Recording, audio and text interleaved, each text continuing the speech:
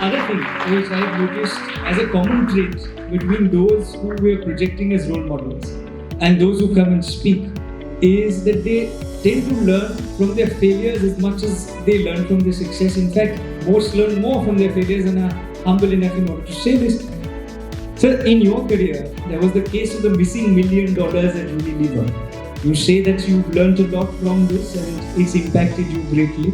Could you share with us that anecdote and what is it that you picked from that and how that's shaped your life? I will focus on the actual, not the detail, the episode of the dilemma, human dilemma, because that's what's of value to you.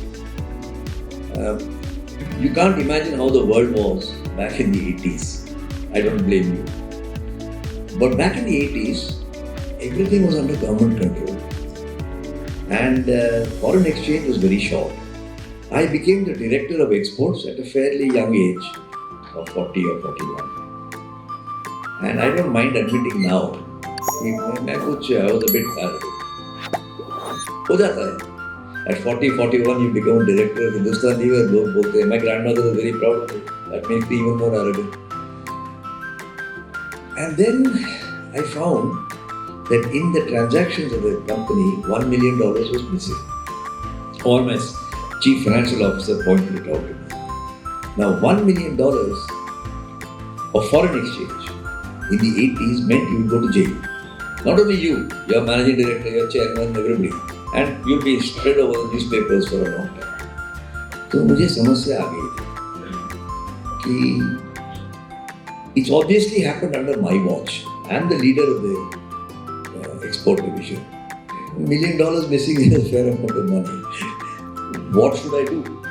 This dilemma everybody gets. मैंने ये गलती किया है, लेकिन क्या करूँ? First thought in my mind was, यार अभी चुप रहो, ये अपने आप solve हो जाएगा. You look at the public space, many people say, यार ये भूत चला जाएगा. But such bhoots don't go away. So मुझे लगा कि बाद में भूत हो गए तो हम क्या करेंगे? My second choice was put an investigation team to find out what happened. I said, वो करेंगे, जांच करेंगे, it will take them 2-3 months. By that time, हवा पूरा, it will go all over the place to say that there's $1 million missing. And that's not good for my reputation. फुसफुस होता रहेगा.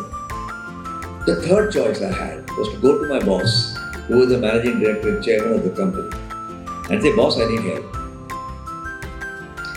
Now, very few people in the business world, probably in any world, but I will keep my comment to the business world, are willing to admit their faults, especially if they have risen quite well.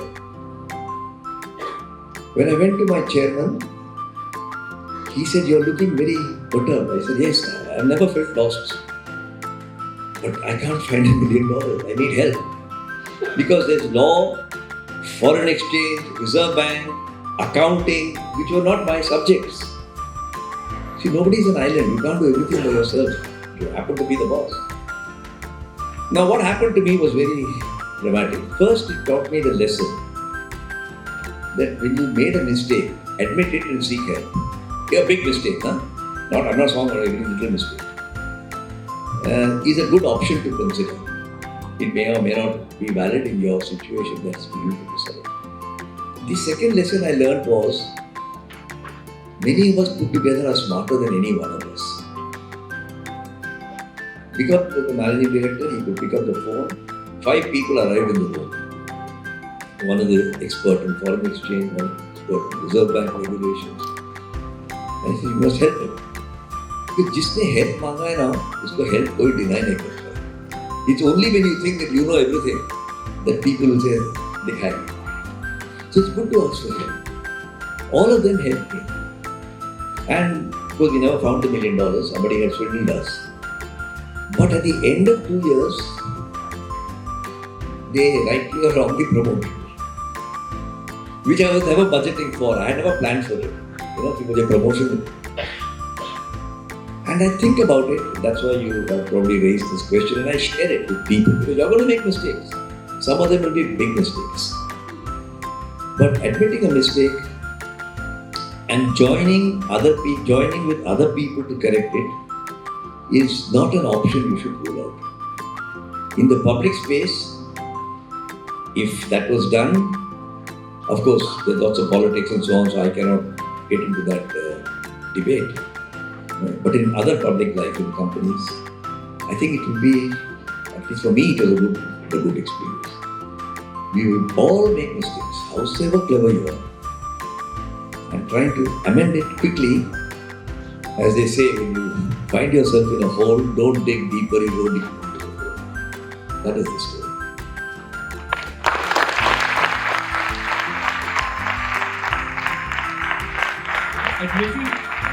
Admitting your mistakes and admitting that you are wrong is perhaps one of the greatest difficulties for anybody who's 13, 30 or 90.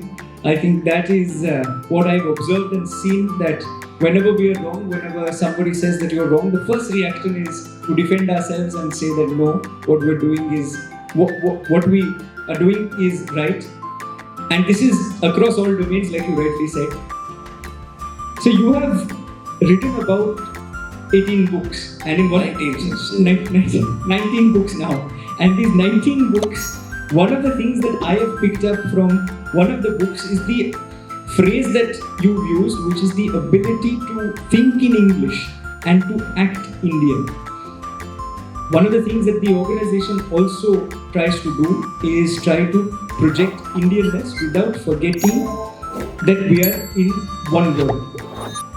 Can you tell us a little more about this USP? How can young people in their schools implement this USP, if at all?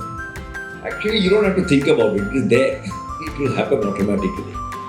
But let me explain a little bit of we came to this conclusion, my co-author and myself, because we observed that many people of Indian origin, and I'm defining a person of Indian origin as a person who has spent the first 20 years in India, studying in school, like you people, and then goes abroad, which some of you might. And then over the next 30 years, becomes the CEO of that company. So you see Microsoft, you see Google, people will rattle off 20, 25 companies' names which have Indian who were born, raised in India, and then who went there. And the question, you go to the B schools of the United States, at least 20, 15 deans are of Indian origin. When I use the word Indian origin, I'm not saying their great-grandfather was in India, like Rishi Sunak. That's not what I'm talking about. I'm talking of people who really spent their childhood, were born and raised there. And the question arose in the mind of myself and my co-author कि ये क्या हो रहा है? इतने smart लोग वहाँ जाके CEO बन जाते, यहाँ बैठ के कुछ आगे बढ़ाने की कोशिश कर रहे हैं, नहीं हो रहा. What is this future? And we came to a number of conclusions, all of which I'm not going to go into. But one of them was the environment in which Indian children grow up. Firstly, almost every child in India is multilingual. If you're living in Bombay, you probably speak Marathi at home, Gujarati with the Modi at the shop, probably Hindi, and almost certainly English in your school or college. Some English. It may not be King's English or Shakespeare's English, but that doesn't matter. I myself speak Bengali, born and raised Bengal. I speak Tamil at home. I learned Sanskrit. Between my wife and myself, we speak 10 languages. Because she was born, she speaks Telugu and so on and so forth. Being multilingual makes you very adaptable. The second thing that makes Indian children adaptable, all of you think of your own domestic situation. You're unlikely to have a room to yourself. The working? Yeah. You're unlikely to be having a room to yourself, and if you do have one, then uncle or auntie or papa's friends come, you'll be kicked out of your room, you'll sleep in the hall. Correct? How many of you have not had that experience? He's putting his hand right up, yeah. So let's be adaptable. Hamara kamra, hamara bathroom is hum log ka. So when I remember when I was a kid, suddenly I'll be told, firstly I was sharing a room with two of my brothers, so three of us were there. And whenever some uncle came, he would go to the hall. That is another form of adaptability. The third, cuisine. So I would take my lunch dabba to school. I had an idli or a dosa. The other fellow had an aloo paratha or a thepla. I said, what the hell is that? I never heard of Tepla in my life. I'm talking of that time.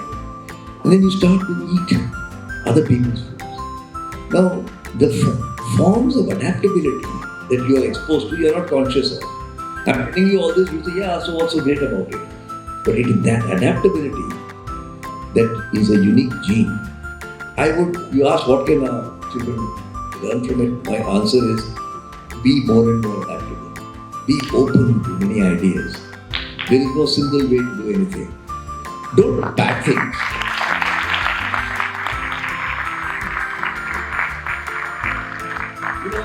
There is no chauvinism that Tamil food is better than Gujarati food. If you like it, have it. I love Sindhi curry. I live in Bombay. I like too. But I don't get that in Calcutta. But when I go to Calcutta, I will get begun bhaja and so on and so forth. So adaptability of language, of space, of cuisine, and many other forms of adaptability that Indians grow up with without being conscious of. And when they go abroad, they find a monolingual, English-speaking, Anglo-Saxon culture. What are the things in India children learn? All of you are learning this and are continuing to learn it, but you are not conscious of it. You are great problem solvers.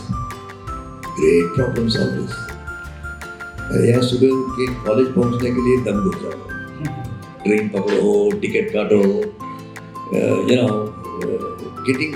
I remember when kids were born, had to get a birth certificate with a hell of an hassle. I'm sure that by the time I'm dying, my children will have a hell of a problem getting my death certificate. I don't know if it's true, but I'm applying my mind to that. When you go for a death certificate, they ask you for the Aadhaar card of the person. I said, ridiculous. Somebody 90 years old is dead and you're asking for his Aadhaar card. Some of them don't even have an Aadhaar card. So we are all used to solving problems. Getting into a good school, getting into a good college. You're all very good people here. You're coming, I can see from your poshak that you're all in good schools and good colleges. But there are lots of people who don't have that. और हर चीज के लिए you have to मेहनत करना पड़ता है. So you create kinetic energy. And वहाँ जाके तो frictional forces बहुत कम है. उड़ जाता है. So I think this is a very valuable thing. Nurture it. Don't trip about it. कि हिंदुस्तान में लाइफ ऐसा है, खराब है. Each life offers you an opportunity. And that opportunity is your unique privilege. Your unique privilege. And your ability to think in English. We are having this conversation in English. Right? Any foreigner who comes here, you say, yeah, I had to spend some other country to be in Bahasa or Chinese. If I speak to you in Hindi or Marathi, if I could, some of you may not understand it so well, or I'm not very so good at explaining it. So, English familiarity gives you, if I use the metaphor of a motor car, gives you a flourish. You're sitting in a Jaguar, Angrezi both there. Indian children are encouraged कि अंग्रेजी सीखो तुम आगे बढ़ सको. Forget about the political brouhaha that goes on. That's not our subject today. So you know English. You're highly adaptable. You're multilingual. जहाँ जाते हो वहाँ adjust कर लेते हो. तो पंजाबी उसे और की चाहे.